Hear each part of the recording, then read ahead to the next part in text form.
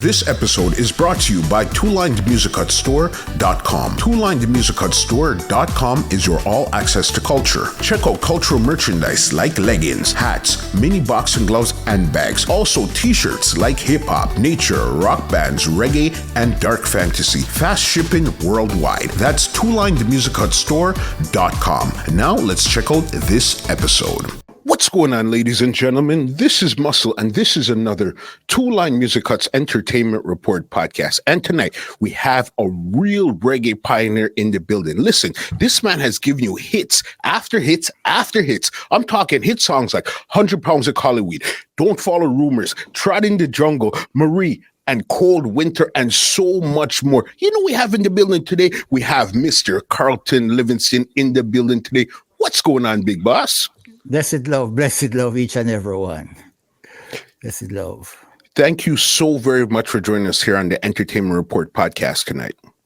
Yeah, man. Give thanks and praise, man. Give thanks and praise. All right. When we get somebody like you in the building, we know it's going to be a real special conversation because you've been in this business for so long, produced so many hits, wrote so many hits. You've done so many things. So I can't wait to really get into this conversation here. Cool. All right. So my first question is, like always, is this: where did you grow up in Jamaica, and what attracted you to music in the first place? Well, I grew up in St. Mary, Gael St. Mary.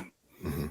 And basically my attraction is my mother, because she usually played the pipe organ in church.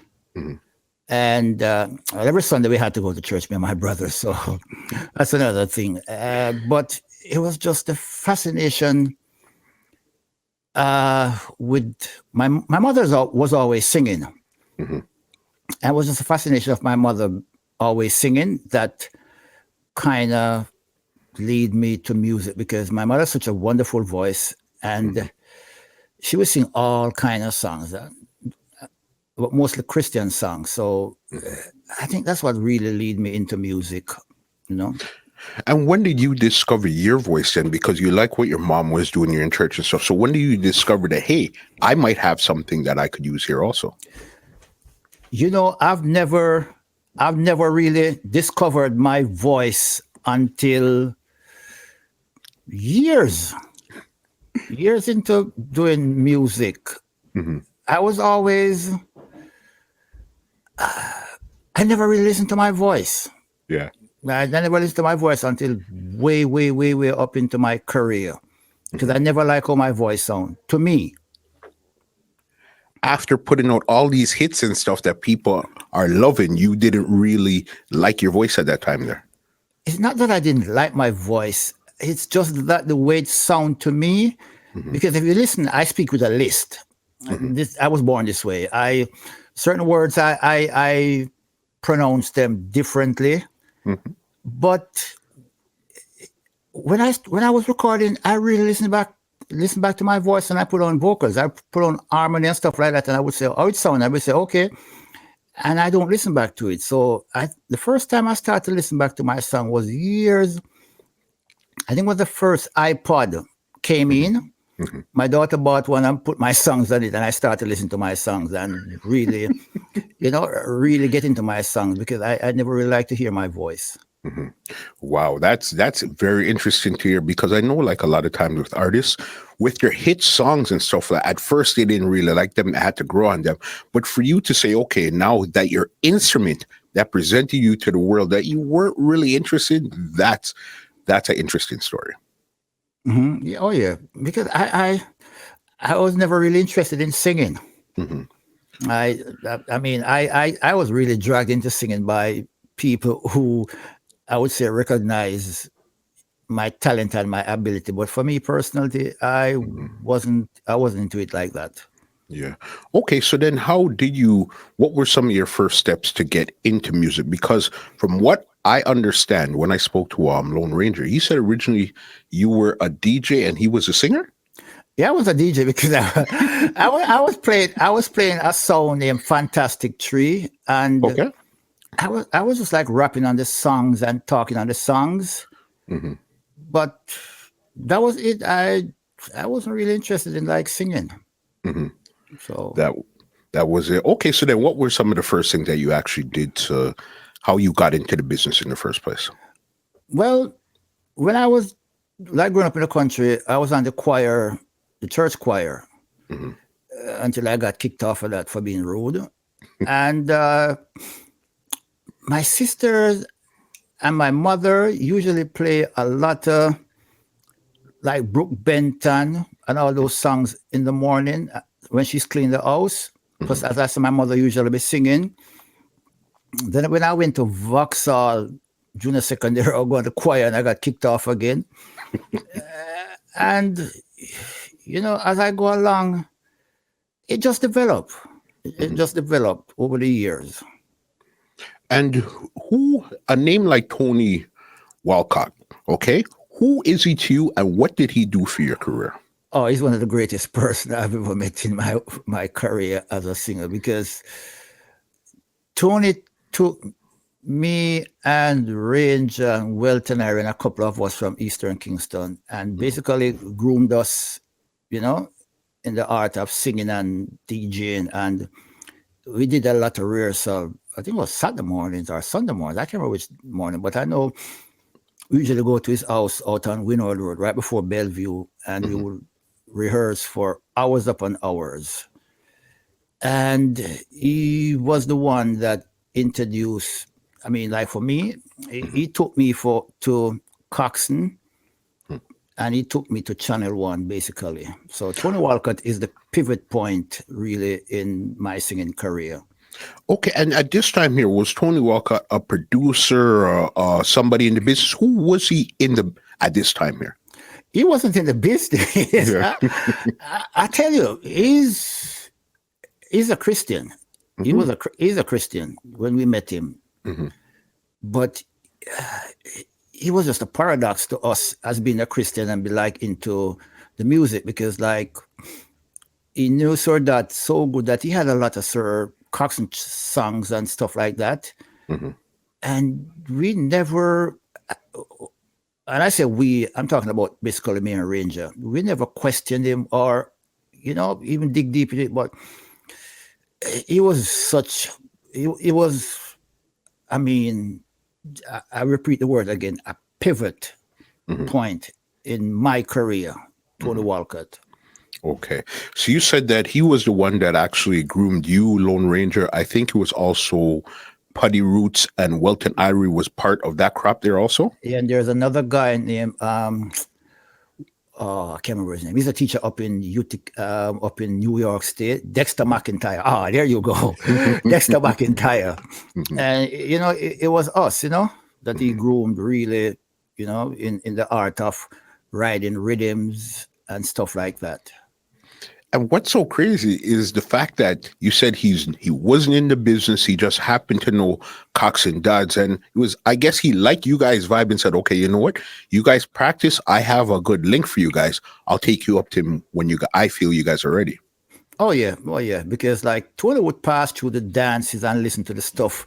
And I say again, he's a Christian. He wasn't the unique person that was a Christian. And he saw us and listened to us and, saw our ability. And I think, the way I see it, it was like in the early years, there was no recording studio out in Eastern Kingston. And we weren't really exposed to recording or stuff like that. We had to go to Western Kingston to do that.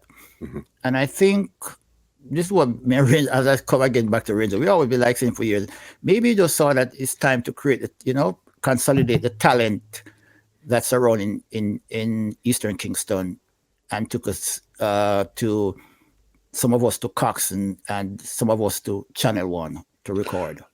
Okay, and who were some of the artists you guys were listening to this time while you guys are getting groomed? Some people that where you say, okay, I like what they're doing there. Oh man, I was I'm an Eptones person.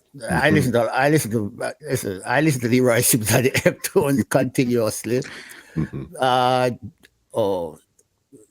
Delroy Sadled, Delroy Wilson, listen, John Holt. I'm talking about local singers. And we were listening to a lot of stuff, a lot of stuff in our time. And like, it was just basically like overseas singers. We were looking at Skeeter Davis, Mhm. Brooke Benton, Sam Cooke, Sam Cooke is my idol. Okay. Sam Cooke Okay. Sam Cooke is my idol. That's Mhm. I just adore that man, the way he sings. Mhm. And digging into his history, I learned a lot about him, and I basically kind of channel my thing of Sam Cooke. Okay. And why would you say that? What was it that you learned from the greats like a Sam Cooke and put it into your career? I just love the tone of his voice, Hmm. and I just love the smoothness Hmm.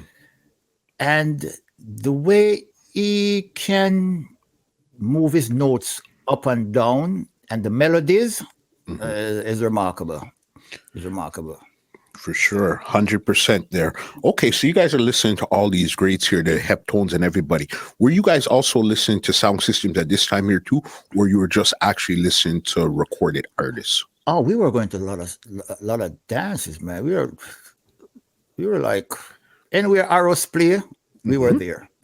Hmm. I mean, because Arrows is the Eastern Kingston sound. Bill and the crew, we know them like when we were going to Vauxhall School and stuff like that. So we were Arrows disciples. So we listened to Arrows a Hmm. lot, a lot. And when certain sounds come from West to play, we would listen to them. I mean, some of us venture out to West to listen Hmm. West sound, but when they come to Eastern Kingston to play, we go listen to them, man.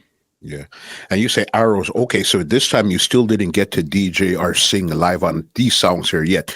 You were Now, just listening to them. Who was on arrows? Who were you listening to on arrows at this we're time here? we're listening to Puddy Roots and I can't remember the other guy, man. Oh, Mm. Crutches. We were listening to Mhm. Crutches, but when we were listening to him, we start to build our little sound. We start build a sound system in Eastern Kingston, Franklin Town to be exact. Mhm. And we were playing like basically dubs. I Yeah. mean, dubs, raw dubs. We wouldn't play like a lot of vocals. Then we transitioned to start playing vocals, and we were like we were like dub sound. And Mhm. we're playing a lot of soul too. Like in that time with like soul and stuff like that. We were playing a Mhm. lot of soul, child lights and all the stuff we were playing on our sound system. So we were kind of versatile too. Mhm. And that sound system you're talking about is the Fantastic Three. Yes, that was Fantastic Tree. Hmm. Okay. So it wasn't a hardcore rub it up. It was almost like a disco that played reggae and everything Yeah, also. but we were more hardcore when we Yeah. played dub than even them because we were playing like dub albums and stuff like that. Mhm. Because that's basically, I'll give you a little thing. That is when we did our first recording, major recording, like our first album. It's mostly Mhm. like the dubs that we usually play. We record and put on Okay. vocals on them. Crazy. So you were basically practicing on the sound before you got to the studio. So when you got to the studio, you knew exactly what to do. We knew exactly what we wanted. Okay, so you said that you guys first went to which studio did you go to first? Channel 1 or Studio 1? Well, we went to Studio One first. I went there and recorded two songs. Why Mhm. and two, I think it's either 2000 years or 200 years. I will record two songs. Mhm. Okay, and then you recorded. So did at this time Lone Ranger had recorded also? All you guys had recorded at Studio 1 at this time here? Oh yeah, I was the last. Actually, I think I was the last one.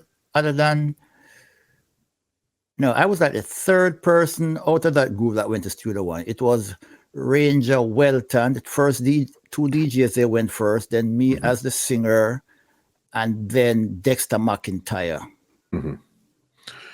Okay, and that's where you guys sing there. So then your first two songs are Why and 200 Years. Yeah. How did that do for your career at the time? Were they hits? Did they start to take off? What happened with those songs there? They were just like nominal songs. I mean, Why was the first one that was released, Mhm. and it was kind of nominal, Mhm. but it was a start. Mhm. It was a start. So then those were Studio One. So then, okay, so then you went Studio One first. So then now I guess you went to Channel One second. What did you record when you got to Channel One now? Oh, Taylor Two Cities. Mm, Taylor Two Cities. yeah. And how did this do for your career now? Oh, that one really took off. I mean, Hmm. I remember the first time I saw a royalty check for it, and I was like, Hmm. oh, wow. Yeah. Yeah. That one. And what was the story behind that one there? The story behind Taylor Two Cities is Charles Dickens' Taylor Two Cities. Hmm. Because like when I was going to school, I was really interested like in English literature and Hmm. stuff like that. So poems, and I was writing poems and reading a lot of English literature. And I remember I was sitting one day with some Ras, and they were talking about slavery, and you know the Caucasian come to Jamaica with their stuff, and the idea just come to me to write Taylor Two Cities. Just right there, like that. Hmm. That's interesting. So then, okay, with this song here now, this is the first time I've seen, if I'm correct, that song actually came out on two different labels, which was Channel One and Hmm. Hitbound label. Hmm. Did you record it twice, or how come it came out on two different labels? They just put on two different labels. Hmm. Okay, but it's Hitbound was a Channel One imprint also at that time there. Right, right, right. Yeah. Hmm. Got you. Because when I was looking up, I said, how come this is on two different labels? But that makes sense because I know a lot of producers back then had one main label and then Hmm. several other labels under them. Yeah, yeah. That was Jojo and the crew. Mhm. Yeah. All right, there. And then now, after you have this big song here, where was the first place you heard that song where you know, okay, this song is starting to take off here? You, I didn't hear that song quite a lot a lot in Jamaica until I remember one day I went to a bar Hmm. because them time Jojo had cornered the jukebox market. So that was basically, the distribution point for Jojo and stuff like that. So I started to hear it playing in the jukebox in bars. I never really get on the radio to that extent, but mostly in jukebox. And what was the feeling like when you heard your song and your song in the jukebox at that time there? I never paid any mind. I never paid any mind. Hmm. I You never did. paid mind. It's like because I guess you were really serious. Where it was, the singing was almost secondary compared to the writing was the first thing that you were more interested in. Oh, writing is my love, man. Yeah. Writing coming like my Mm, girlfriends at that yeah. time, man. I just love to write. Hmm. Singing is just a byproduct of what you happen to do. Yes, singing basically is my friends encouraging me to sing my words because I was writing so much songs and so much things that they were like, you're writing these things and nobody to sing them. So because Jamaican music industry probably even to this time is structured the same way. It's like everybody wants to be writers and singers, and there isn't like a situation where you could write songs like a publisher in Jamaica where you could write songs and I mean in that time to really put out to other artists to sing. So my friends were like, "Hey, sing a song." Plus Mhm. I didn't want to sing. So basically, I usually tell people this. I was dragged into singing, scratching, crawling, and denying, hiding my friends. Like Mhm. my good friend from Rima, in the group Knowledge, Doily. You Mhm. know, Doily usually came around, but I usually hide from Doily because I didn't want to go to no studio to ask nobody to record no songs. So what did you think you were gonna do if you didn't think you were gonna be a singer or whatever? What did you think your life's mission was at that time there? I just want. I had learned trade, Hmm. and I was so interested in my trade that it's you know because I'm a technician. I started I Hmm. I started doing transistor radio, fixing radio, building amplifiers, and all that stuff. Hmm. So that's really what I was really interested in at the time. Then the music took over you because I know now in this journey here, you did the Studio One, you did the Channel One. This is where this seems like your career really took off here when you did this song here, Mr. DJ. Oh yeah, that's a U Brown production. That's the first Mm-hmm. I was going to the studio in Channel One. Mm-hmm. I don't remember what it is, but I keep going over Channel One for a couple of times. Mm-hmm. And I remember when I went there, Soldier, the engineer, said to U-Brown's record. U-Brown said, Soldier said to U-Brown, you record Carlton have a song that I hear something about this, and I recorded a song, and that was a song that really took off. I mean, I appeared on, I think it was Where It's At, one of the first Jamaican, program in the evening in Jamaica, Mm-hmm. Where It's At, and it was black and white, and you had to lip sync, and it was weird, I mean, it was I had to lip sync because they were playing the record and I was lip syncing. So I appeared on Where It's At, which was really remarkable at that time. Because this is a local program. So I guess once you're on TV, this is a totally different thing than being on the radio. Yep. It was, and it was remarkable at that time. I could not, because U-Brown had his link, and when he said to me, see, you're going on Weird Sat, I was like, what am I going to go do? Yeah. Then I realized I had to lip sync and stuff like that to the records, because I didn't even know the record to that extent. So I kind of fake it out most of the time. Wow. That's so crazy. And what year was this that record took off? Because this is on the Love Bump rhythm there. It's about 79, 77 to 79. And I can't get a definite time, but yeah, this is really late 70s here. We didn't even touch into the 80s yet. And then now, this is when your career really starts to take off. So what do you do from here? Do you record more songs for U-Brown? You start with other labels? What's your next move for Carlton Livingston right here? I did one more song for U-Brown, Cos Rasta. We didn't get a chance to record anything else. But then our good friend and one of our friend that we run the street with, Chester Simoy, he has a brother that lives out in Chisholm Avenue, started some producing him, Leon Simoy. And a couple of times, Chester was like, come do some work for my brother. And I was like, okay. So I went over to Chisholm Avenue, met Leon, and he said, can you do a couple of songs? And I was like, yeah. And we went in the studio and did a couple of songs. And when I did like about 3 songs, he was like, can you do an album? And I was like, okay. Yeah. And we did that album like in about 3 weeks, which was the name of the album was Soweto. Yes. And what were some of the songs there? What were some of the big songs that came off of that album there? Marie, Soweto. Big. And that was the original Marie, Soweto, Call of the Rastaman. And a couple of words I can't remember. Yeah. Okay, Marie. How did you come up with that song there? Because that's another one of your classic songs right there.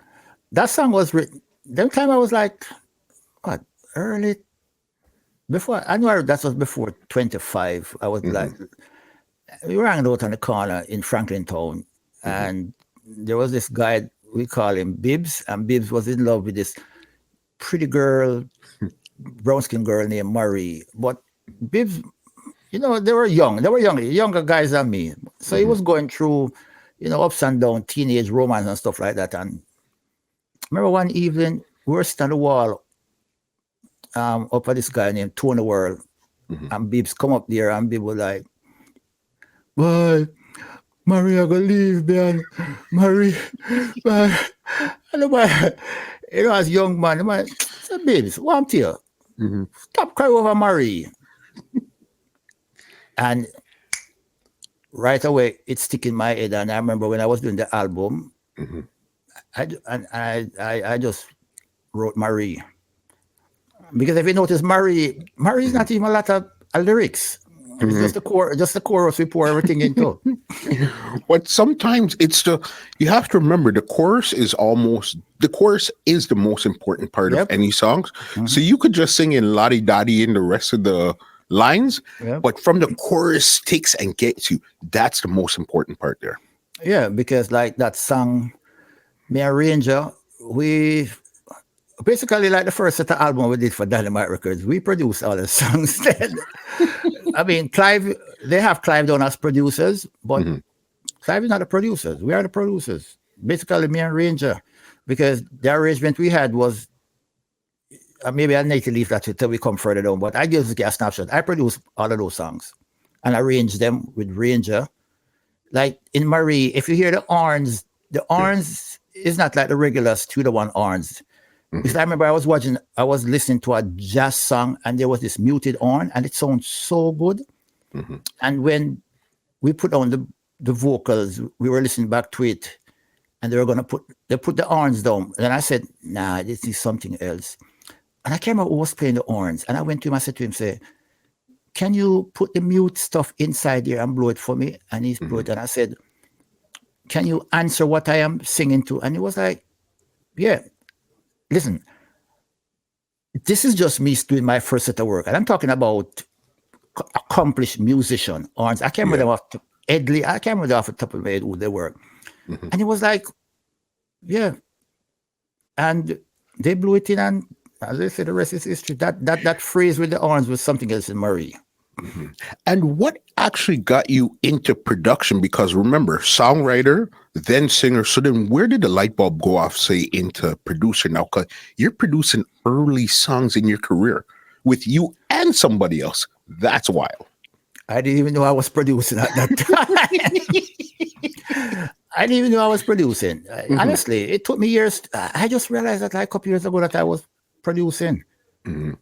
Because the concept of producing was not in my head early on. It's just the opportunity came for me to do the work, and I was like, let's do it. So you were basically doing what felt right to you, kind of thing. Oh yeah. Yeah. And at this time, right here, you're still with you and Lone Ranger are still hanging out at this time here when you're recording these songs here.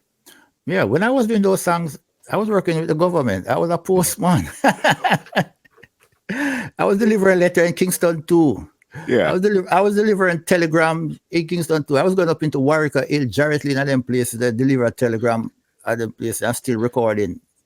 And you have a bona fide hit at this time here too. Yep. So was it at this time you didn't think that being a singer would be a viable career, or again, you're not really paying it no mind? I wasn't paying it any mind.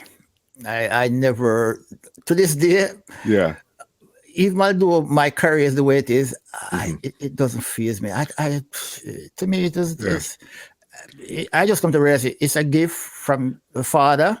So I just keep doing it. But like, I probably use the word hype. No. That's not your thing. Nah. Yeah. Even that song, Marie, there that we're talking about, I seen it also was on the Powerhouse label. All right. Which one came out first? I think the Powerhouse came out first because the Powerhouse was Sonic Sound in-house label. And because like George Pang put out song on Powerhouse, a couple of artists put out, I think what happened was with those songs, the Dynamite label wasn't built as yet. So they just put out on Powerhouse, which was the in-house label for Sonic Sound. Because I always used to think Powerhouse was George Pang's label. I don't know if after that it George Pang have it, but I know earlier it was Sonic Sound in-house label. That makes sense. Wow. Okay, so then you guys have this song. You have this song here, Marie, and everything. Your career is going on.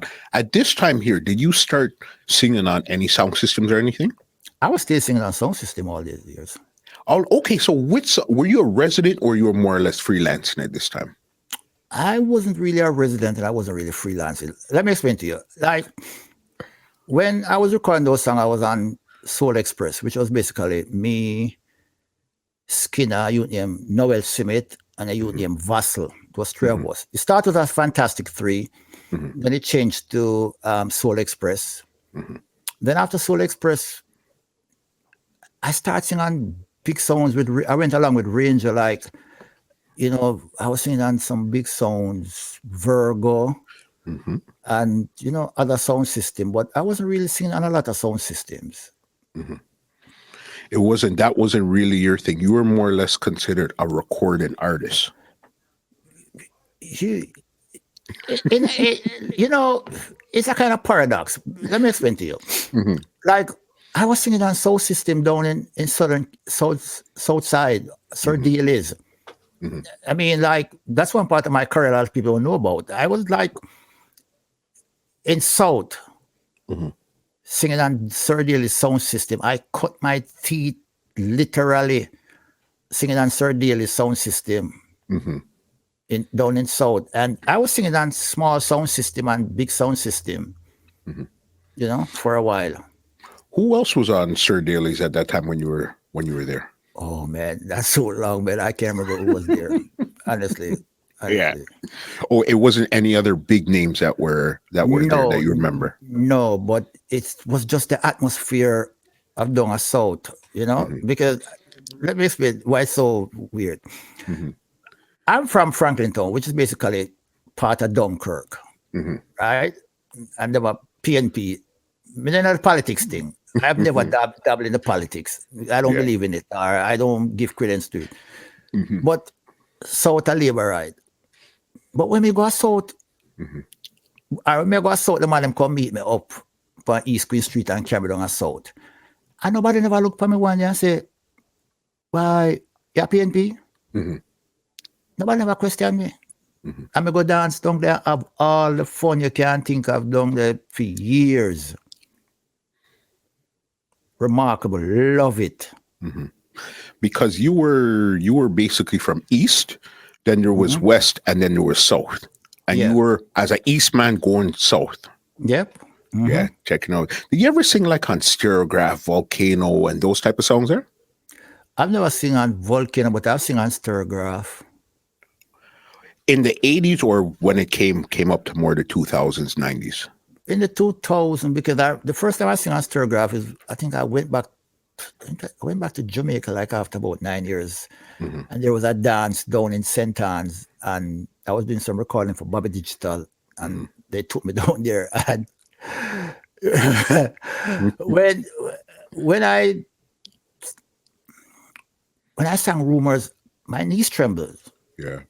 My knee was shaking like freaking volcano or whatever it is, because the reaction to the song. And when I finished singing, people come around. I was like, "Are you singing them song?" I was like, "Yeah." Hold on, we're gonna hold that thought because we didn't get so far, but there's a lot of stuff I want to talk about even when you get to that part there. Mm-hmm. Okay. You have your songs and everything. So then what was your next move now after you recorded Marie, you recorded the album and stuff? Your career is really bubbling right now. What was your next move recording wise? I was just recording for a couple of producers. I did Winston Riley, the song for Winston Riley. Technique label? Techniques label, which gave me one of my biggest hit songs in Trinidad. You know. Which song was that? You Made Your Mistake. Big song. And I was recording for a lot of small producers. I did songs for Jack Thomas. Okay. And I was recording for a couple small producers.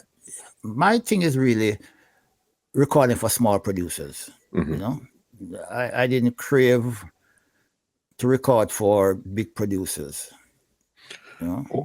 Okay, because remember, your entry into the business was for the big guys right away, which was for the studio ones and the channel ones. These are the monsters in the area at that time there. Mm-hmm. All right. You said you recorded for Jack Thomas. What songs did you record for him there? Oh, Miss Know It All. Mm-hmm. And I did like about 8 songs for Jack Thomas. Never finished the album. Never finished the album there. Mm-mm. Any reason in particular? Yeah, but you know, we can't move on from that subject. No, listen, Jack Thomas, man, Jack Thomas a schoolmate, you know. 12 go Vauxhall, you know. Okay. For years we know Jack Thomas, but it's just that when it reached a stage, it was basically a business decision. Mm-hmm. So, you know, we never finished the works, but Just one of those things here. Again, Yeah. this is the music business where you have a lot of ups, a lot of downs, a lot of highs, a lot of lows. You meet a lot of interesting people along the way also. You understand? Yep. Mm-hmm. You know what I mean? Okay. So then now, how did you get to Sly and Robbie? Sly and Robbie really came to Clive Jarrett, you know, and me and Robbie brother, can't remember his name. We went to school together, and I knew Robbie from a while back because Robbie usually come at Dunkirk, and I usually be passed through Dunkirk, and through Clive we know him, and you know, going to the studio, we just end up being around them, you know, and we end up starting some work for them, you know. How many songs did you record for them? Did you complete an album for Sly and Robbie? Yeah, I did like about 10 songs for them. Do you remember which were the hits that came on the Sly and Robbie at that time there? Tricks. Big song. And actually, Traveling Through the Jungle is for them too. The biggest hit out of them was Traveling Through the Jungle. That was their biggest hit. Okay. Yeah. Tell me how you came up with that song, Traveling Through the Jungle. And then there's another question I have for you, because this part is very interesting. I want to hear this. Traveling Through the Jungle is really, it's 2 songs. Okay. Traveling Through the Jungle was written one night. I was going to a dance where Fantastic Tree Soul Express was playing. I was going to change it, Soul Express. And I was walking towards the dance, basically near to where my mother usually lived, over in Franklin Town. And I was going on the road. I saw a white car park up in the dark. And I hear someone said, "Come here, boy." So I walk, and the person say, "You hear me call you? Come here." But from the voice sound, you know, authority. Not a bad man, them. I was like, so I walk towards the car. When I walk towards the car, see about 4 persons in the car and some long guns stick out. Them time the rifle no big in Jamaica, just police a rifle. So when we go to the car, we recognize police, what was 20 Hewitt. And 20 Hewitt said to me, say, "Go home to your mother." And I was like, "No, man, go down." He said, "Go home to your mother." So I say, "Why?" So he said, "No, ask me no question, man. Go home to your mother." So he just turned and said to me, say, "Well, wait for one youth named Ringo. Ringo, a couple of days ago, him did rob Caymanas Park, but his girlfriend live around there. So then figure I say, I'm coming for him girlfriend. So I wait for Ringo, for kill Ringo, or shoot Ringo, or whatever it is." So me go to my house and go on Elliston Road and cut back road and go to dance. And it so happens that when we go to dance, after a while, Noel start play rubber dub and him play the rhythm. And I just get up and just put on the 2 line. All right, that's the next. If you listen to that song, it's 2 verses. And basically not another song them. I just sing Traveling Through the Jungle with me Chalice in hand and Afraid of the Babylon. And that's how the song really come.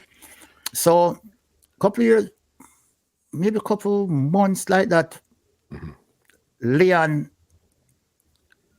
GG's. Okay, yeah. Leon was doing some production work through his label for GG's. So GG's want an album with me. So when Roots Radic was in the studio one evening, and them say, "What may I do?" So I said, "I'm going to Challenge Through the Jungle." So them play the song. But the song gets slow. And I never really into the song. But my voice it anyway. Yeah. So GG's release it. I did like about 4 songs to GG's before the project fall apart. Okay. And I did Challenge Through the Jungle and I release it, and it go good. Now before I release it, we go back to the next session with Robbie after a while. And we inside there, and Soldier said to Robbie, we do some work and things, and Soldier said to Robbie, make see do the tune I'm do for GG's the other day for you. And I was like, no. And Robbie come over and start curse and because Robbie a bad man, you know, Robbie bad me up. Robbie said, see, what kind of tune I to get GGs? I don't want to do it for you. Because I never hear about trading. So, me a soldier over the microphone say, one tune I'm doing trading, man.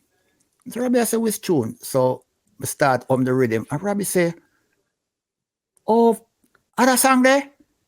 And I start play the bass line. And I say, Baya, hear that tune I will see, get GG and I want to give it to it. So, I style him call Baya just smile. I start play the jump. And when I start play the bass line, oh, I just voice it same place. One take, everything right. So, and a couple weeks after that, I think Tony Well sound cut it on dub and play over tank in a jungle. And next day, man called me and said, see, what kind of tune that you say? What kind of tune? The man said, why? But the man enjoy the tune. Up here, you know what going over there, so. And the tune just run upon dub. And, you know, they're just trading that. Yes, because, okay, with trading, I know it as two different names. Chalice in hand, that's or trading for the jump. That's the original name. It Chalice in hand and the Island record. Because it come out on Island record compilation. Okay, so then this is where I know this to come out. I knew that, as you said, it came out for Taxi Gang, Sly and Robbie. I know it also came out on GG's, as you said, but that's a slower one. Right. It also came out on Dynamite Records. Okay. Island Records. Yep. And Powerhouse. Yep. Yeah. Okay. And so this song was recorded like 5 different times then. No, it's the same song. No, let me explain you. GG is different than the Sly and Robbie one. The Sly and Robbie one you hear is the same song. It's just come out on different labels for different people. Got you. Because when I was reading the Powerhouse, you see that it had the big Powerhouse label, but it said produced by Sly and Robbie, and under that it said a Taxi Gang production. Right. So I didn't understand that. And then you look at the Taxi label, it's the same thing. It's like, that was where I was kind of confused. Like, where did this song really come from?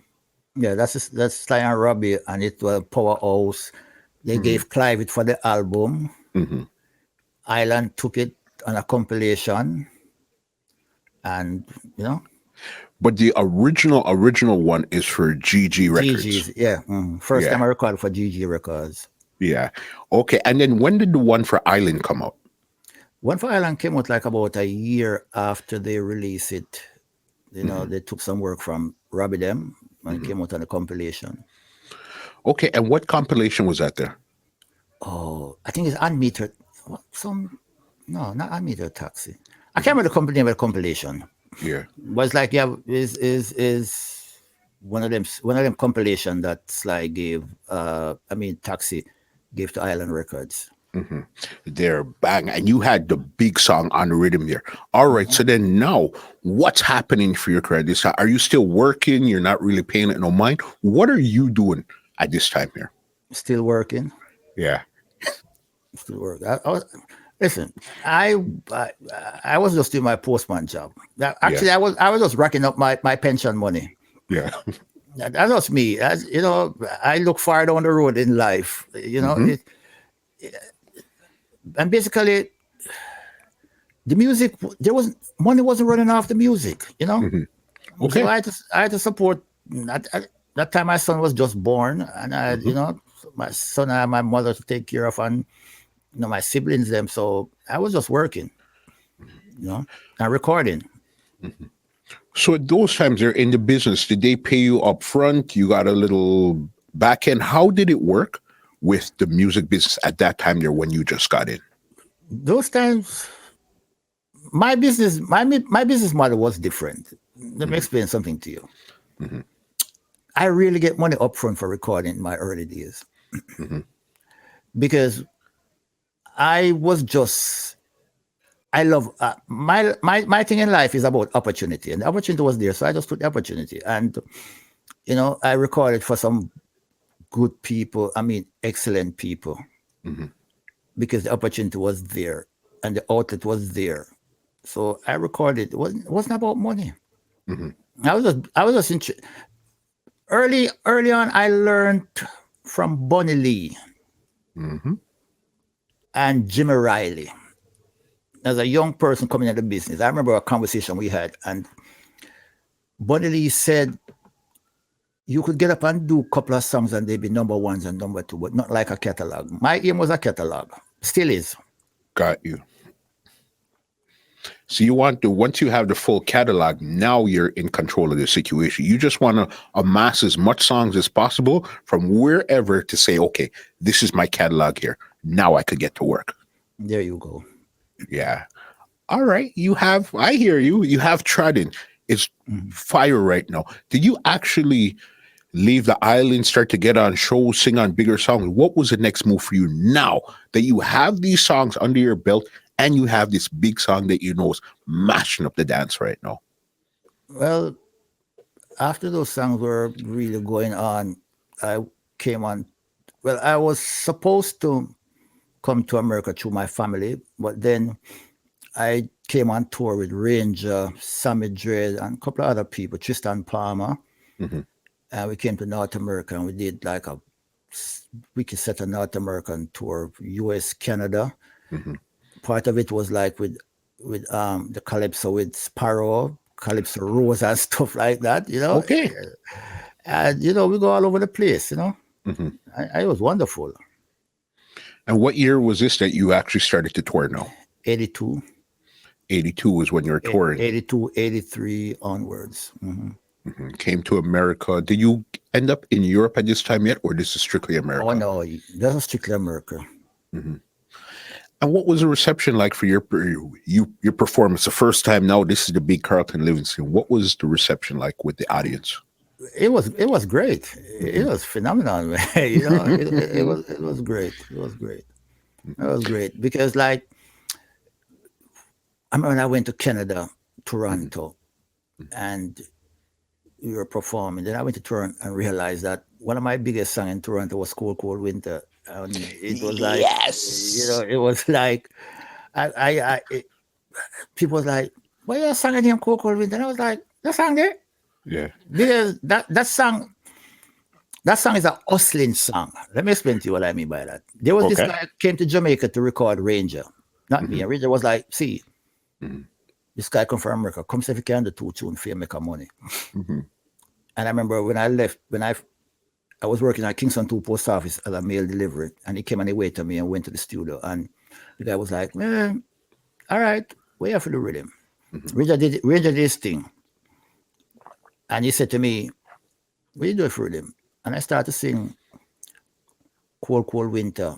I was like, yeah, let me sing. Then I was like, no, that's what I want. Can you sing that? And I was like, okay. And I sang it right out of my head. Great. And is this something you just made up, or how did you even come up with that song there? I have no idea. Over the years, I've really come to put it down as inspiration from the Most Ice One. He just gave me those songs. And I remember when I did the song, the guy was like, that's what I want. And I was like, yeah, so I sing it. And I remember, I never forget, he paid me $500 to do that song. In these times here, and that's a lot of money in those times. Yeah, that's 78, 79, about that time. Yeah. And this is, you haven't left the island yet. This is the first time after you put out that song you're putting, because even that, to think of Cold Winter, you're in a tropical place where I thought that would have been something after you come to America, you figure it out. But no, you're doing this before you left the island. Yeah, because when I see, I have a sister, like my mother have 6 of us, basically, with me included. 3 brothers, 3 sisters, 2 brothers, and me. And my younger sister used to work on Air Jamaica early on, and she lived in London for a while, and she would go to Air Jamaica, and she would carry back a lot of magazines for me to read, because I'm a reader. Yeah, I would call avid reader. I read constantly. For sure. So I'm always reading stuff, even not going on in Jamaica. I'm reading stuff about foreign countries and stuff like that. So I think that's where most of my stuff come from, like, foreign stuff like Cold Winter. I think maybe I was just reading something about it and it just stuck in my brain. And you know, No, because even the rhythm it was on, were you the first one on that rhythm, or there was other people on the rhythm there also? the only person who voiced that rhythm was Ranger, and that was because Ranger was somebody else sang on it because we were playing that song on Virgo. Mhm. And Ranger was DJing that, and I think that's what the guy heard on a cassette and came down and recorded him. Okay, if I remember good, I think Dennis Brown. That's Hold Probably. On to What You Got is on that Oh, rhythm there oh, also. yes. Because like it later years when I came to America, Clive Busy came and recorded Hot Hot Summer on the original Dennis Brown rhythm. Have you ever? Got you. So then that was basically your counteraction to Cold Yes. Cold Winter. Yes. He came to America, found me, and was like, "Yo, see, I need Hot Yeah. Hot Summer on this rhythm." Yeah. And he said, all right, let's do it. Oh, Because even that, again, I know Cold Winter came out again on the Powerhouse label. Yes. Yeah. Busy release that on Powerhouse. Listen, Clive Busy, Robbie Sly, Neville Lee, they were all, working together with a lot of stuff. So, why it end up like that is because of, the connections. Okay, so it seemed like people weren't really selfish back then. If it was a good music and you had the distribution or the label to put it out, you put it out and then we'll just work out whatever on the back end of business. Oh yeah. Yeah, because for years until this conversation, I would swear that Powerhouse was 100% George Pong's label. Not early on, maybe after a while, but not early on. Yeah, no, never knew that there. All right, you came to Canada seeing that Cold Winter, that's your big song out here. Everything is good. Did you guys come up doing bands or you guys had came up on a sound system at that time here? We were working bands. Bands. Okay, and that was good. Okay, so then you came back to Jamaica. So then what was the next moves at this time here now? And what year are we speaking here? That was like 82, 83. Then I spent like about 9 years before I went back to Jamaica. I was waiting on my papers. Okay, so you were in Canada or you were in the States? I was in the States. Okay, so then from you guys came up on the tour, you never went back to Jamaica? No, because I was waiting on my papers because most of my family was in America. So it didn't make sense. So then what year did you end up in the States? 82. 82. So then you came to the States now. So then when you're because remember, you have these big songs in Jamaica. Enough stuff is happening for them at that time. Weren't you afraid that you leaving Jamaica and staying in the States, you'd slow down your career and that would be the end of that? Never thought about it. Yeah. I never give it a second thought. Yeah. How come? Because I wasn't really interested in music. All what was going on, I still had no interest in music. This is so crazy to even think that. I never had any interest in music. So then when you got to the States, what did you think was going to be the thing for you at that time there? I mean, I was singing on sound system in New York, like on Sir Tommy's and other sound system. And I was working the circuit on a regular basis and, doing other stuff and, surviving and stuff. And that was it for me because I had a vision basically of what I wanted to do, and music wasn't in it at that time. I didn't put music in it at that time. My thing is just making a life because I just had a son. My son had born like a couple of years, and that was my focus, was my son. Yeah. Wow. Music was just extra. If it happened, it happened. If it didn't, it didn't. That was no concern of yours. Nah. That's so crazy. Okay, you're in the States here. You're DJ. You're singing on songs. You said Sir Tommy's. What other songs were you singing in? I guess this is New York at this time here. Yeah, I was singing Papa Moke, Downbeat, and there was one from one of the 90s, man. Can't remember the name of the song, man. With Bully Them from one of the 90s. Yeah. Third World. Yes.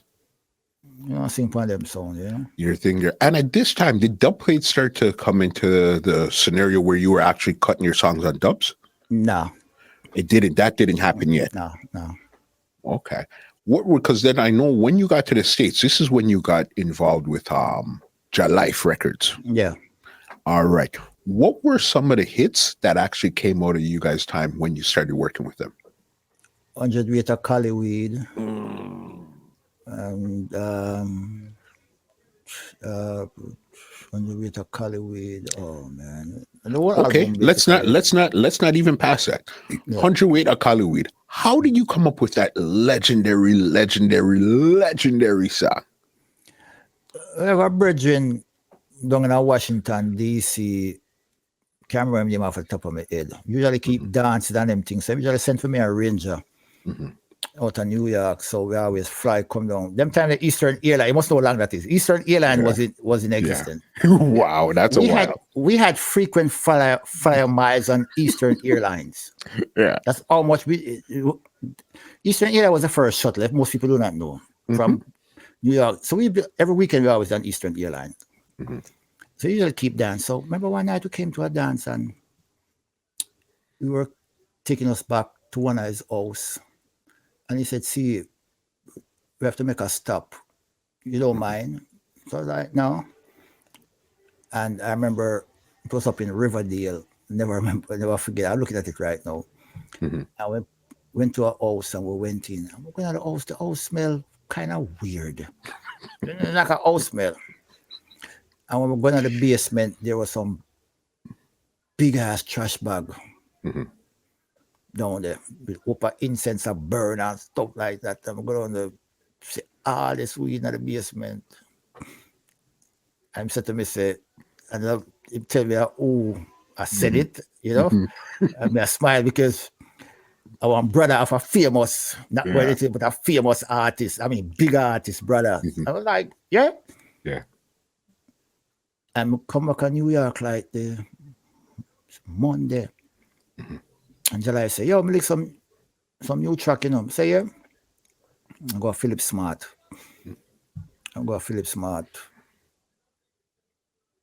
We just put on him start play it and we just start singing 100 with a Collyweed. Because the original is like 100 with a Collyweed coming from St. Anne's. Yes. But it's two style. You have two styles because I know the St. Anne one. What's the next one? Down south. Them time there enough weed that come from Miami. The 100 with a Collyweed coming from down south. That's the second version. That's the second version. Yeah. But I think the most popular one is the St. Anne's. Yeah. Yeah. Crazy. So again, it's like your life is you absorb so many things in real life and then your brain computes it and puts it into a song mode. And that's how you spit it out. Oh, yeah. Yep. Big there. There's something that I forgot to bring up. We need this part here too. What's your connection with Bob Marley? Bob Marley, when I was going to Trenchtown, right? I went to Trenchtown there for about 4 years. And I'm an Eastman. I ended up in Trenchtown because like I took grade 9 achievement test at Vauxhall and my score in maths wasn't that good. I was not really good at maths. So I remember I went to a remedial class, Kingston College, and I was to go back to do the test. Something happened, I didn't go back. So I ended up going to Trenchtown. And going to Trenchtown, I met Doyle from Knowledge, Anthony Doyle, and he took me under his wing. And I remember we would go down to 3rd Street and listen to Bob them. And, you know, we would, because he knew them. So he took me down there a couple of times to sit in and watch them. And after that, a couple of years after that, when Bob was a record shop, I think he released a song with a group named Arbor Shark. And he was at RGR. Them time they you'd have a postcard for a penny or a penny, and you pull it out and drop it in and they play your songs. So I was going to RGR and run the engineering department because one of my mentor that, you know, teach me technician trade, Mr. Earl Tyler, he was an engineer. So I had access to go around there. And when going through the gate, he asked me to fill up a couple of forms. I fill it up. And then years after that, when Franklin Town, you have Osa Dread football team. Mm-hmm. He would come over there on Sunday morning and play soccer. Him and Gilly, him's cook. And, that's a really connection with Bob. And we always had, we who know Bob, just Bob, we always, man, because like even Bob was big, Bob was just like a regular person to us. All these years, Bob was just a regular person to us. It was just all the fame and everything, I guess, was on the outside of Jamaica. Once you went into the States and stuff like that, that's where Bob Marley really got the super fame, and then it trickled back to Jamaica after a while. Yeah, because, listen, in Jamaica, it's like, it's a cultural thing. Mm-hmm. They don't it's very rare for they to recognize in Jamaica. Mm-hmm. Until sometimes you're dead or people abroad, recognize it and everybody want to jump on the bandwagon, but it's just the way it is. That's the way it is. That's so wild out there. Sometimes you just don't really understand. So then now you have the 100-pound of Cali weed going good in the States now. You're still on the circuit. You're doing your stuff here. Did you start to fly to Europe this time yet, or anywhere outside of the States, or you're still inside of the States at this time here? Still inside of the States, recorded for Jalife, Coxon, recording for Sir Tommy's, and any little producer that our rhythm and asked me, because like early on in the business, I mostly like the business part of the music. I set up my publishing and a certain little thing nailed down. Not perfect, but good enough for me to be satisfied with it at this point. Mm-hmm. So I was recording my song because like they understand that whatever I write, I own 50% of the song, them, and we end up the works because I wasn't giving me no advance for nothing. They wouldn't give advance for my vocals, no my publishing. So the deal is that I won 50%. Mm-hmm. So I was just recording like for a couple of people. And after a while, there was a time in New York where things was running a kind of way and basically get caught up in some little stuff and just get up and say, Zoom. And just leave, go to Maryland one night about 1 o'clock on the last Amtrak train. I go sit in for a while and, start a family and just give music a break. Not really get a break. I just never was into it. Like I stopped singing on sound system. I just started a company, started my own company, and basically doing cabling and stuff for different cable companies and stuff, and settled down. My daughter was born and stuff like that, and wasn't paying music no mind. I was still recording for Coxon, Yeah. Because I did like about 50 songs for Coxon over the place. I would just come up weekends and just voice rhythms for him. But besides that, you weren't really interested in what really kind of turned you off, if we're going to say that, from the music business at that time there? Nothing. I just made a decision that's it. Yeah. Nothing in the music turned me off. I just got up and just said, listen, I need to go a different direction. Go figure it out from there. So you did some stuff for Coxon. I know you did a few albums for Jalife Records also. Yeah. How many, do you remember how many albums you did for them? Probably about 4. 4. So you would say between Coxon and Jalife, they have the biggest catalog of Carlton Livingston. Yeah. Yeah. Big. And who did you do Rumors for? Rumors is Clive. Dynamite Records. Dynamite Records. So this was part of your early one before you left. Rumors. Yeah. Listen, Rumors was voiced. Rumors is the last song I voiced out of the set of works before. Okay, I was leaving Jamaica on the Wednesday. And I voiced Rumors the Sunday before I left. Make up about 15 songs. And Rumors was the last song I did in that set of work. Because I wanted to go play soccer with Bob. Bob was over there also just playing. We were playing soccer, so we were playing 5-a-side on the concrete. I'm not good at soccer, but I could play. So I want to go. And I remember Soji played the rhythm, and Soji was like, see, voice a song. I was like, too slow. It was like, come on to the, I never forget, come to the booth and said to me, voice a song. It's okay. But the morning before, when Clive and his girlfriend Barbara was in a big confrontation on the bridge, and when she came, I said to her, Barbara, why don't you stop following rumors? What people say, Clive have girl with you. Bam, rumors. If you listen to rumors, it's two verses. There's one harmony voice that really come out on it, and that's it. And rumors, and then Wednesday, I'm gone. I left Jamaica. Forget everything about that song. When did you actually hear back that song there to say, okay, yeah, this song is really bubbling? A couple years people start calling and say, see, there was song down in rumors. Everybody gave up play the song and blah, blah, blah. When you record it, some of the last song I recorded before I leave Jamaica. They were like, all these years? I was like, yeah. They were like, what would you say hear the song now? I say, yeah, because I'm just choose to play it. And but that song, and this is personal with that song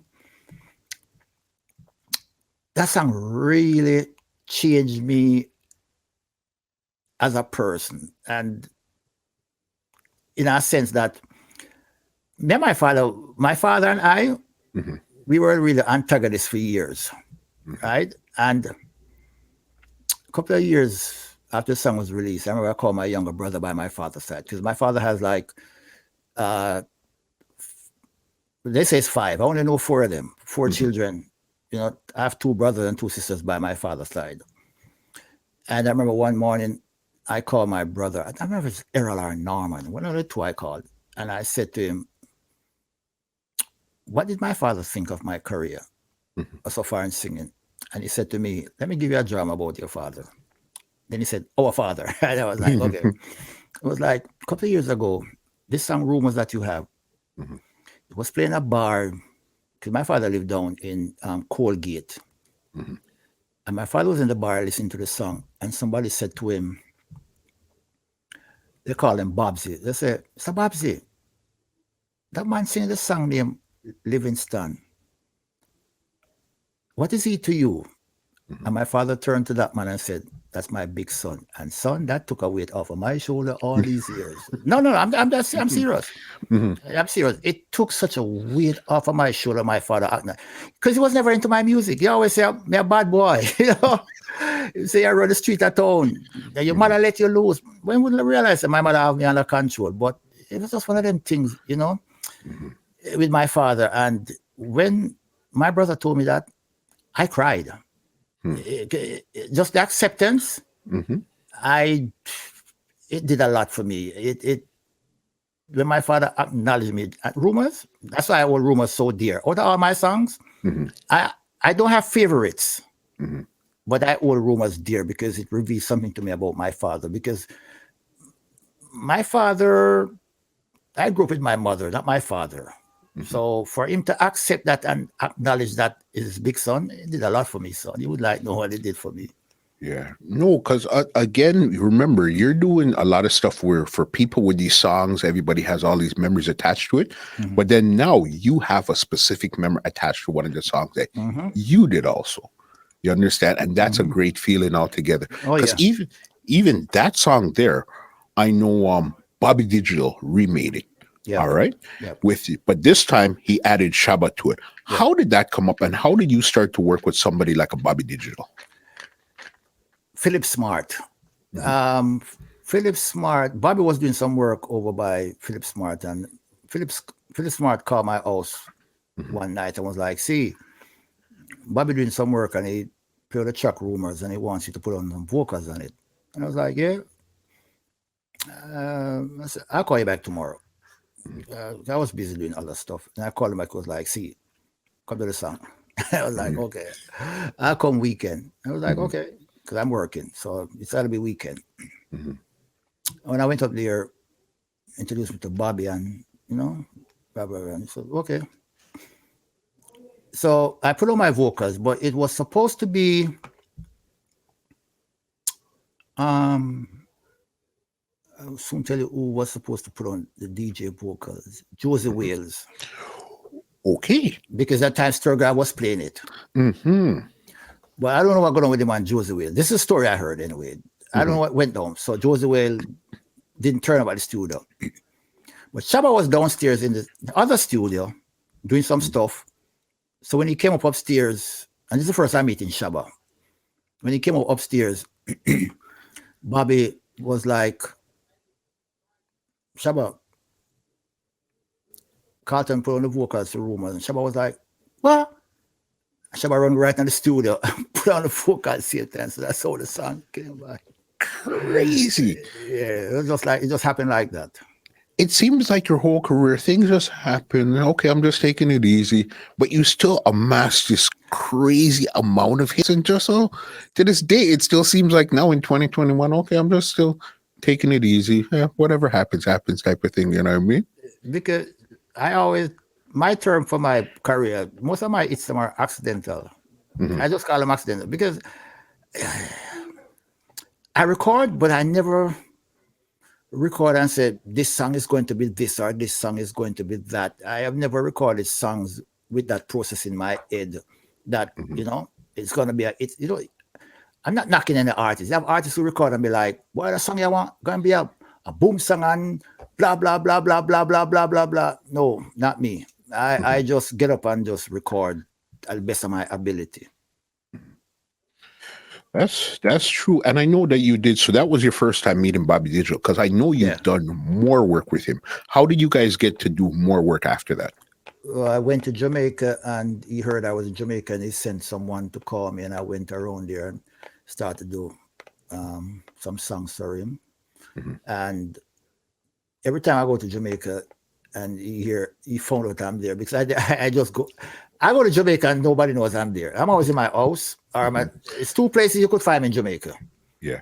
At my house, which most people don't know where I live, and seriously, and I'm in Crossroads with Ranger. That's the only two places I go to in Jamaica.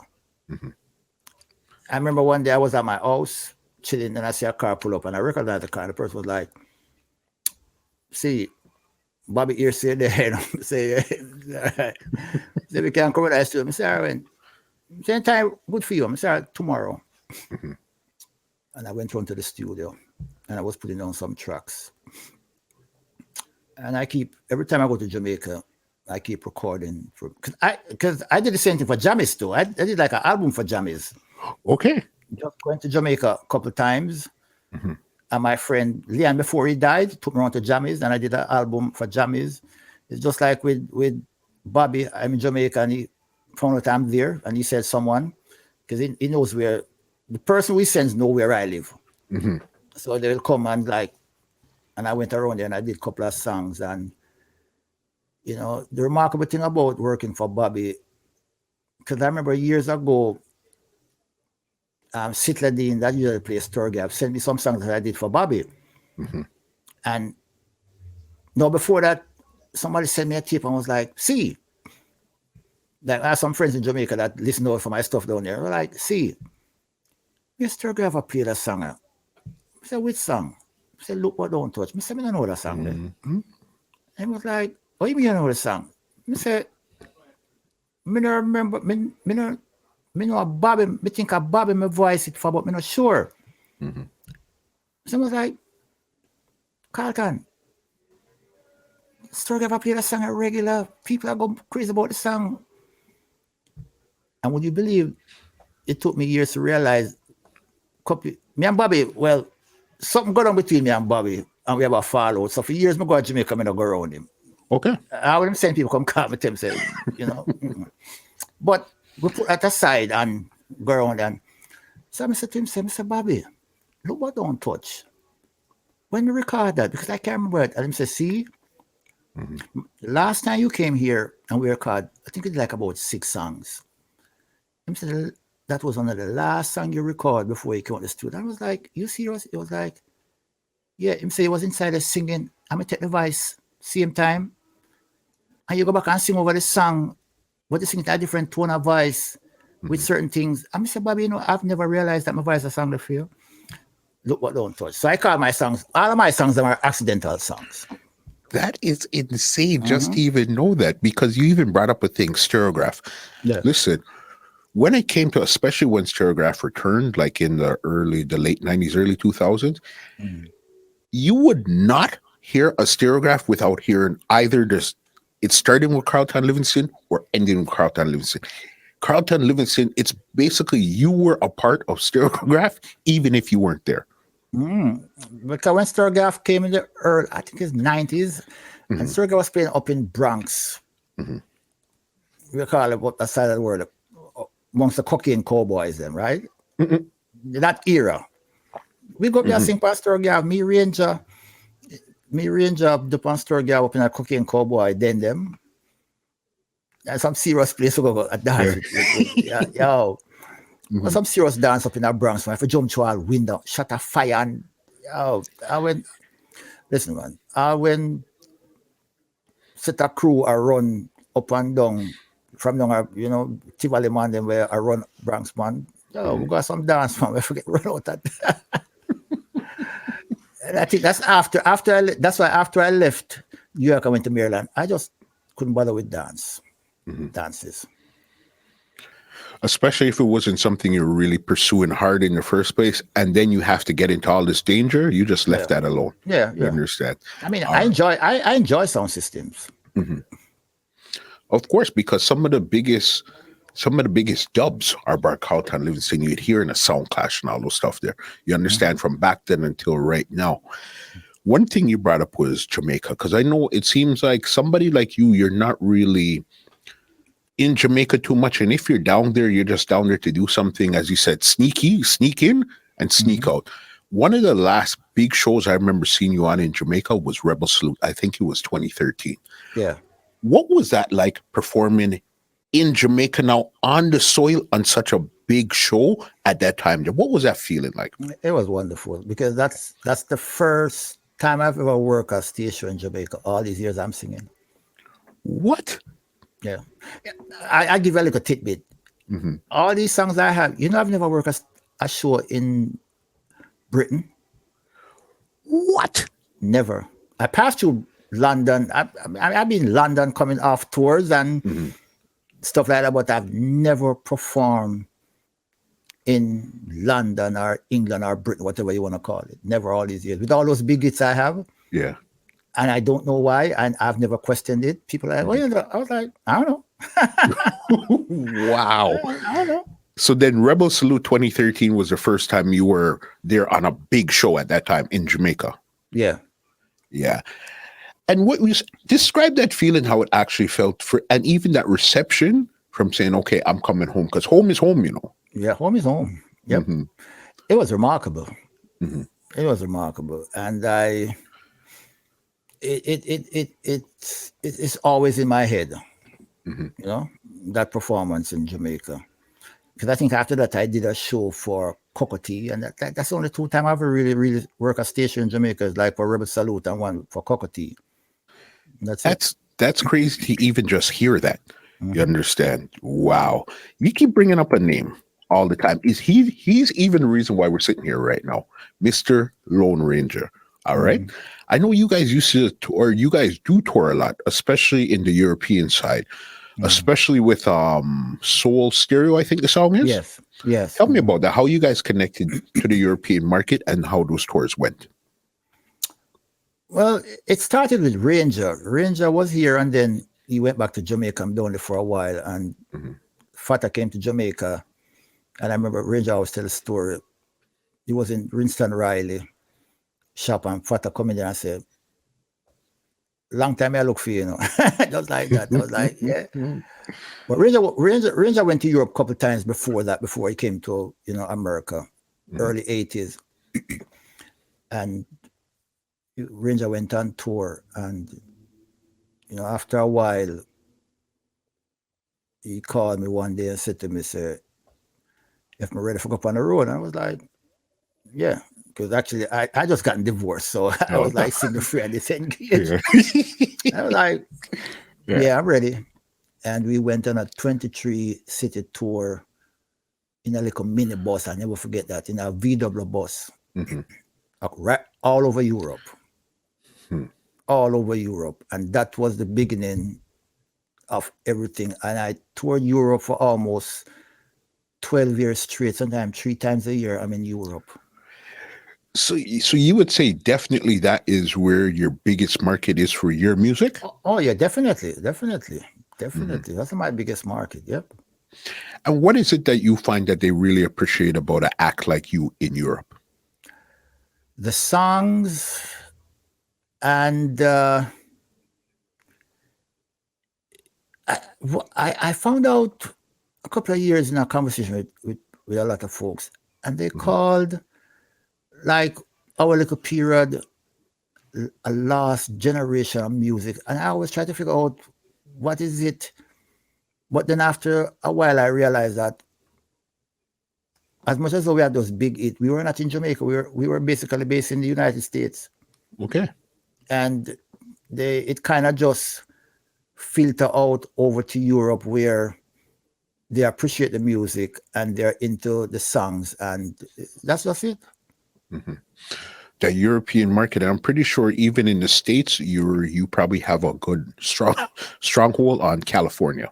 Oh yeah, out west. I love Yeah. out west. I love the West Coast. The West Coast was my stomping ground, man. I remember Hmm. like early years, like I remember when I went out there with my virgin. He died a couple years ago. Prince Ital Joe and Hmm. Barbara Barabina was managing me, and man, I worked the West Coast for years. I lived out the West Coast for years, just working the small circuits. Okay. You know. Oh, so you even lived out there also? Oh yeah, yeah. I lived out there like for about 2 years, just working the circuit. Because I don't like to fly, so Hmm. flying from East Coast to West Coast wasn't my thing. So I just stayed out there. Yeah. Makes sense, and that's where it is. Hmm. Talking about what I know, one of the latest videos that I've seen for you, I think it came out about 2 years ago, was a remake that you actually did earlier in your career. This is with Lone Ranger again, Hmm. called Feel the Vibes. Yeah, Why did you guys decide to put back out that song in particular out of all the body of work that you guys have done? I have no idea. Really, just look at us one day and just say, okay, we're working on a project for Carib Night, right? Mhm. Elmot from out of Germany, and they were playing like it's reggae, but it's a different thing to it. Mhm. I don't even know how to classify it, but I remember I did like about 4 songs for them, and they were like, "We want a combination," and we're trying to figure out what how we're going to write some new stuff. And I started writing, Mhm. and Ranger was like, "See, let's do back over that song." I said, "Which song?" Feel the vibe. So we ended up just Yeah. do the song, and it's just what it is. He just picked that song. Mhm. Music video and everything out. How Yeah. did that do for you in your later part of your career here now? Oh, it solidified a lot of stuff like with the new sound Mhm. with Elmot and Carib Nights because they promote that song, a lot over in Europe. Mhm. So it has really elevated my career and Ranger career with that song.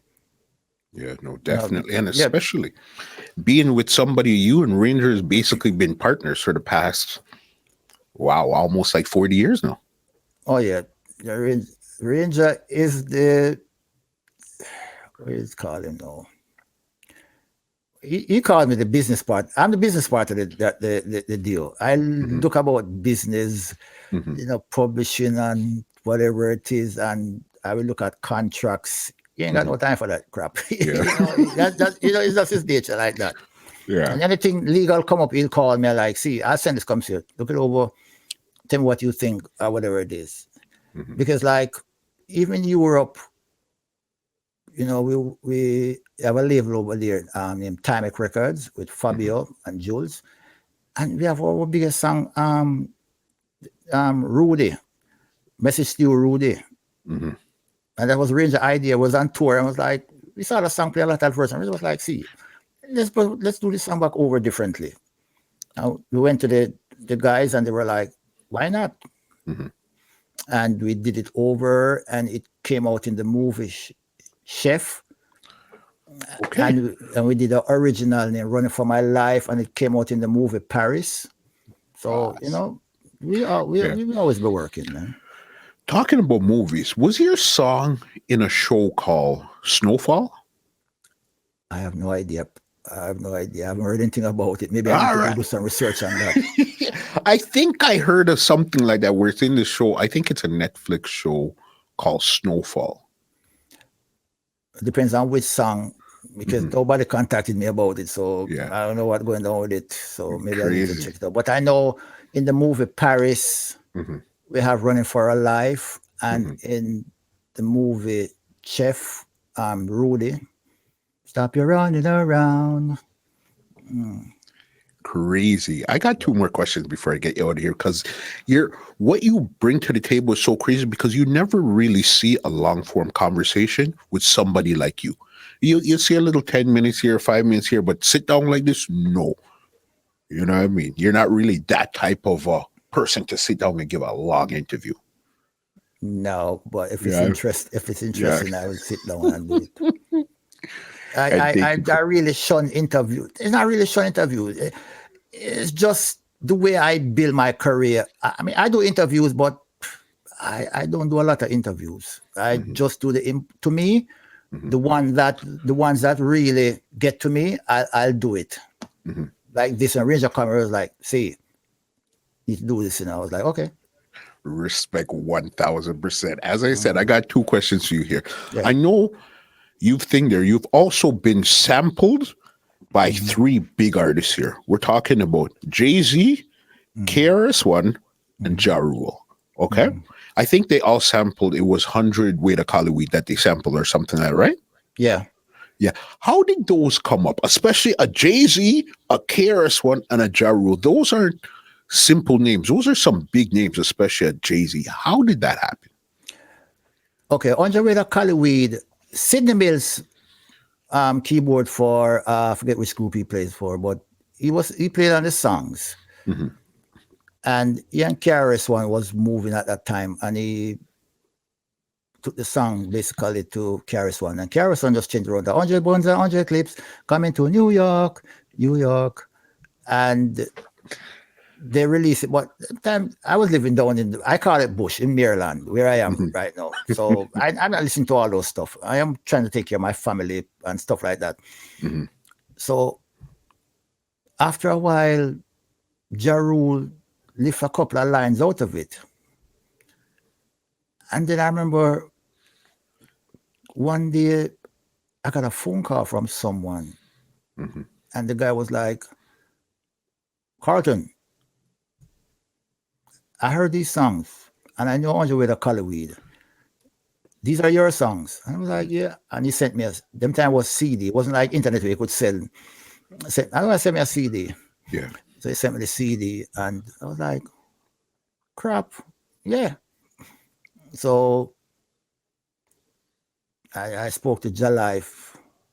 Then I left and went on tour. I was like on tour like for about 4 months in Europe. And I said, Ja Life, take care of it. So he got a lawyer and blah, blah, blah. We settled amicable, and everything worked out. And then a couple months after that, Jay-Z took about 2 lines out of it on the Kingdom Come album, and turns out, and financially, That's you don't seem to either get too happy or too sad. You always just seem to be on the exact same wavelength. Like, okay, everything's cool. You know what I mean?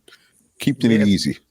Because that's my mother. When you see me, you see my mother. My mother is all. My mother is I learned later on that my mother is a tigger.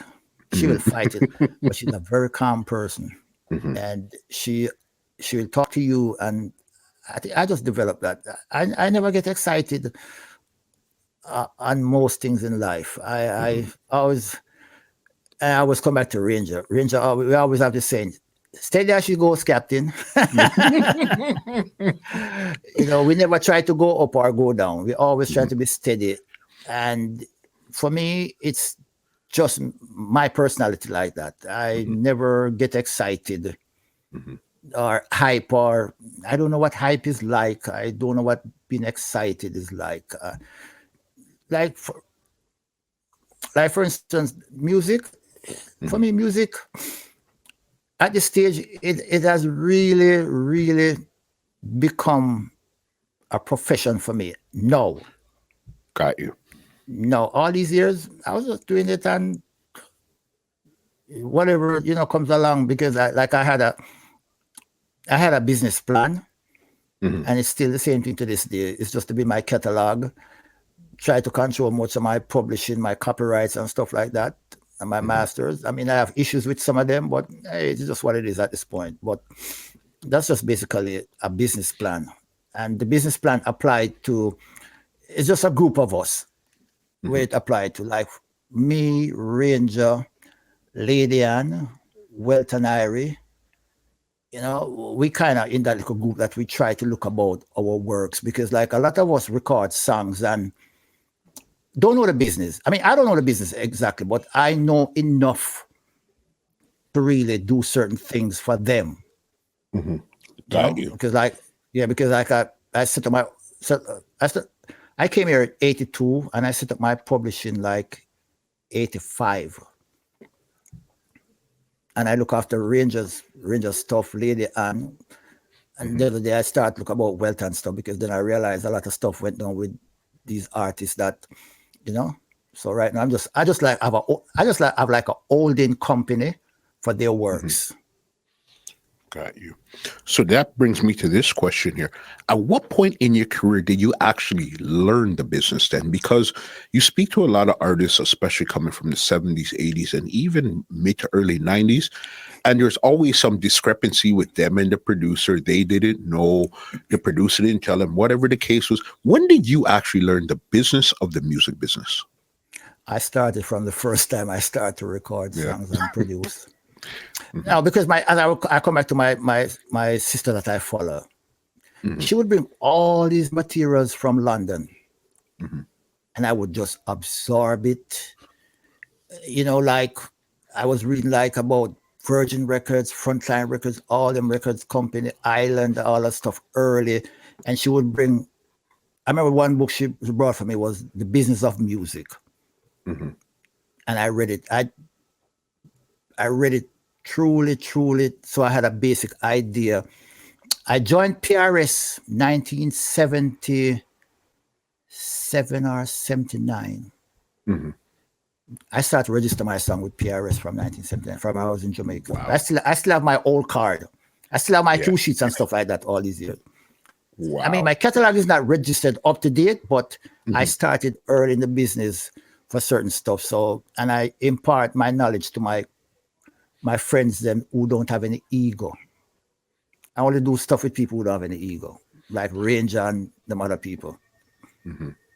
You get it, definitely. Last question here before I get you out of here. I know that you spoke about producing, and you produced for people like Dennis Brown, Gregory Isaacs. I think it might have been Sanchez Shinehead and stuff like that. How did it feel, especially to produce for like a Dennis Brown and a Gregory Isaacs, these big legends in the reggae field? What was that like? You know what? I don't even know if I explain that one. Then. Like me and Dennis, I get to meet, like with Gregory and Dennis, I met them through other people, right? But the knowledge that especially Gregory gave to me throughout the business is just remarkable. And to produce for them, it was like, we use the term a dream come true. You know, because I always said, because what was happening was that we were running a record company named Grapevine Records. Okay. And I was the owner. There were other people in it, but I was the head of Grapevine Records. So my contract calls that anybody they're working with, I have to write at least 2 songs for whatever work they're doing. And I keep my publisher, we split the publisher on to write this. So the opportunity came, we did like 2 songs for Dennis Brown. And I do like about 3 songs for Gregory Isaacs. And that's the reason I had that opportunity. And it was remarkable, especially with Dennis. Oh, Dennis, I have so much respect for Dennis, you know, because he's the next one that we sit and we reason and we talk about music and stuff like that, you know. Good one. Very obvious question, but I don't know why I didn't ask it earlier. How come you never change your name, or do you change your name to a stage artist? You know what? it never even occurred to me to change my name to a stage. I just love my name. No. Let me tell you something about my name. My grandmother by my father's side, gave me my name. My name is Carlton Washington Livingston. Okay. That's my name, and that name is, especially the Livingston. I just love my name. So when I started to sing, and people say, "Why you're using?" People ask me, "Is that your real name?" I was like, "Yeah." Why don't you change? I was like, it never occurred to me to change my name because I just love my name. So I just kept my name. Plus, it's a Livingston, and I'm proud of my name. As much as it's a European name, it's an Irish name, or I think it's a Scottish name or something like that. I'm still proud of it because it's your legacy. Exactly. You understand, Mr. Livingston. Epic, great conversation. Last thing I'm going to ask for you before I get you out here, can I please get a muscle medley before we go? Yeah, man. All right. Trotting through the jungle with chalice in hand, having no fear of no Babylon man. And if you just can't take it no longer, don't follow rumors. Don't follow rumors.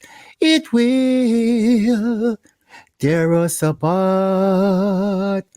Marie, I love you so. Marie, I love you so. If you should hear something about me, come tell it to me. Come tell it to me. Please, Mr. DJ, play this song for me. Please, Mr. DJ, don't let her leave. Baya, baya, ya. Mr. Livingston, crazy.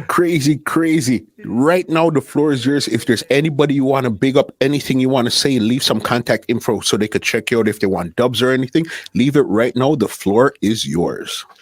Well, I'm on all major platforms, Facebook, Instagram, and it's Carlton Livingston. I'm on Twitter, 100 pound of Cali weed. And big up Ranger. Big up Max down in the Carolinas there. He's one of the crew. You know, big up Sir Tommy's, Evans, New York crew, Jalife, you know, big up each and every one where, contribute, to my career and, things like that. So, plus most of all, big up to my family, because without them, people, it might be a cliche, but for me, without them, I would not be where I am because my family has supported me over the years in my endeavor. Especially my mother, Sip, she gone on, but she's one of my biggest, craziest fan. I'll give you a little quick story. I got a plaque from Ja Rule for selling gold, 100 pound of cal weed, right? And I took it to Jamaica. My mother put it up in the living room, and people come in and see it are even there. And the only person who take that stuff down and clean was my brother. She would let nobody else touch anything for me when it comes to my music. Only my brother could do anything with it.